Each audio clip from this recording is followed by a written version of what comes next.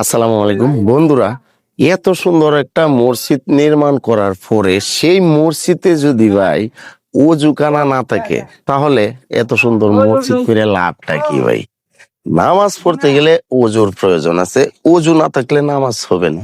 তো আলহামদুলিল্লাহ, লাখো কোটি শুকরিয়া আপনাদের সকলের সহযোগিতাতে এই যে মসজিদটা এ পর্যন্ত কাজ করে আমরা আসতে পেরেছি, লাখো কোটি শুকরিয়া।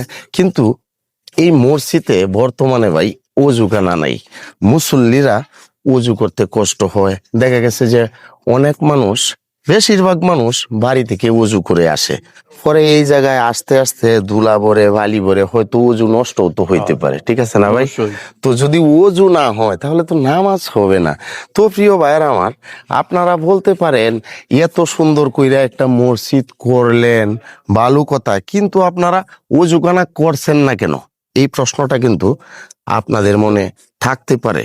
তো এখানে একটা কথা বলি ভাই, একজন বিশিষ্ট ব্যক্তি, ধনাত্ম ব্যক্তি এই ওযুখানাটা করে দিবে আজ থেকে 4 বছর আগে সে বলেছিল।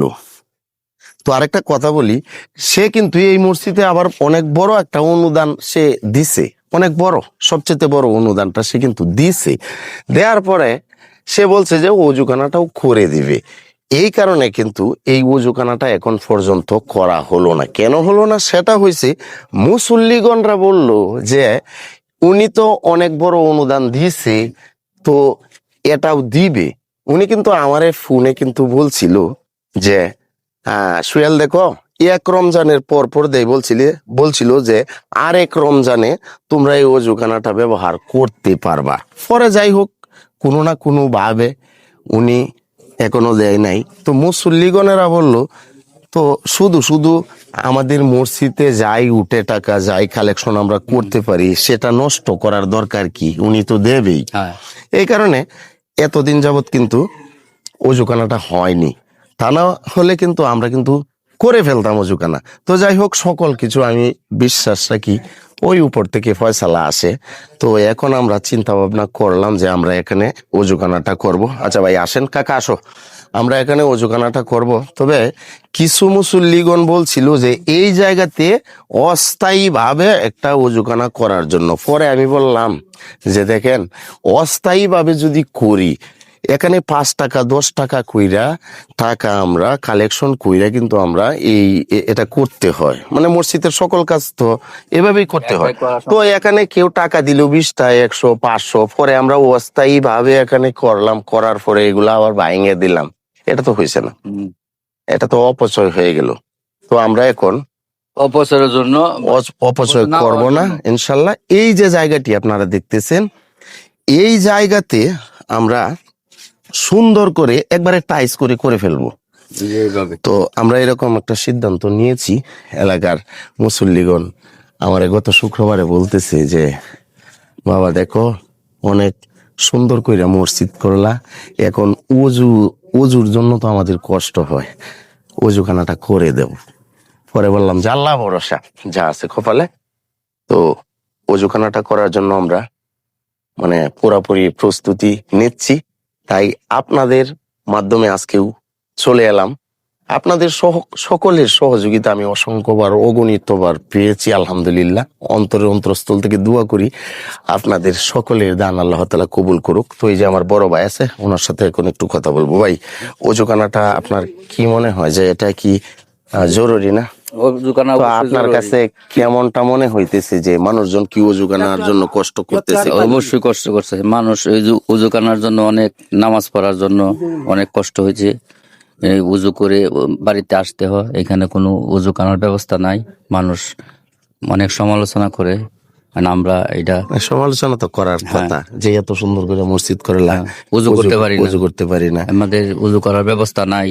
এটা তো অবশ্যই। তো আমরা চেষ্টা দর্শকদের করব উদ্দেশ্যে একটু সহযোগিতা যে একটু কিছু আপনারা দর্শক সকলেই আমাদের মসজিদে সহযোগিতা করবেন, এই কামনা করে আমরা মানে এই দোয়া প্রত্যাশী।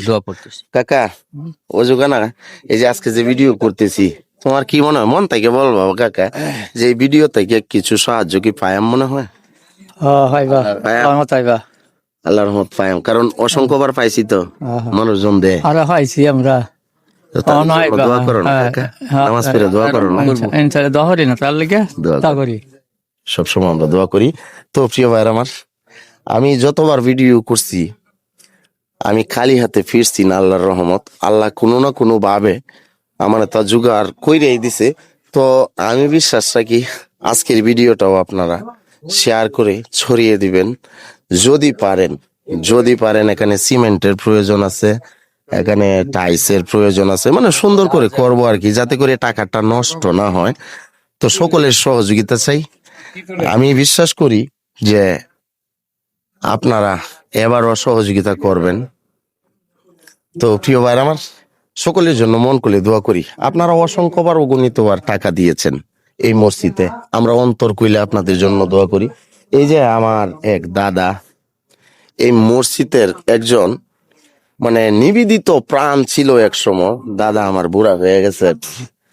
তো দাদা, ভিডিও করতেছি, এখানে যে ও যোগানা করব, ও যোগানাটা যে করব, আমি তো বারবার এখান থেকে এইভাবে টাকা পাইছি, মানুষজন সহযোগিতা করছে। তো আজকেও একটু সহযোগিতা চাই, একটা ভিডিও করতেছি আর কি। ও যোগানাটা তো খুব জরুরি। জরুরি দরকার এটা। ওজু আমার কাছে কয়েকজন কমপ্লেন করছে কমপ্লেন ওজুখানের, হ্যাঁ। করার কথা। তো এত সুন্দর করে মসজিদ করলাম। মানে বাড়ি করার আগে মানুষের এখান থেকে টয়লেট করে, জি, এর এটা দরকার আগের, কিন্তু আগে যেমন এই জিনিসটা নাই, তার মানে মুসল্লিদের মানে বিরাট একটা সমস্যা। এই সমস্যার কথা কয়েকজনে আমার কাছে জানাইছে। তবে যাই হোক, যাতে হয় এটা সমাধান, এই সকলের কাছে সহযোগিতা। সকলের কাছে সহযোগিতা কামনা করি। তো যাই হোক দাদা, ওজুখানা কিন্তু এখন পর্যন্ত হয়ে যাইতো। কতক্ষণ আগে আমি যে কথাটা বলছি, এই কথাটা আবার বলি। এই মসজিদে কিন্তু বড় একটা অনুদান ওই মানুষটা রাখছিল, পরে আবার বলছিল যে ওজুখানাটা পুরাটা করে দেবে। তো যাই হোক, কোনো না কোনো ভাবে ওজুখানাটা হয়েছে না, এই কারণে কিন্তু হয়েছে না। মুসল্লি যারা, তারা বলতো যে উনি তো দেবেই সোহেল, তাহলে এটা আমরা নাই করি, একটু কষ্ট মষ্ট করে এখন আপাতত চলতে থাক। তো যাই হোক, উনি কোনো না কোনো সমস্যার কারণে দিতে পারছে না, এটা নিয়ে মনে কোনো দুঃখ নাই। এই মসজিদে উনি অনেক বড় একটা দান করেছেন, আল্লাহ তাআলা কবুল করুক। তো প্রিয় ভাইরা আমার, আমি বিশ্বাস রাখি আপনারা বরাবরের মতো আজকে এই ভিডিওটা ছড়িয়ে দিবেন। যদি পারেন একটুখানি হলেও সহযোগিতা করবেন। মুসল্লিগণ ওযু করবে, ওযু করে নামাজ পড়বে, নামাজ পড়ে আপনাদের জন্য মন খুলে দোয়া করবে। তো সকলেই ভালো থাকুন। আসসালামু আলাইকুম।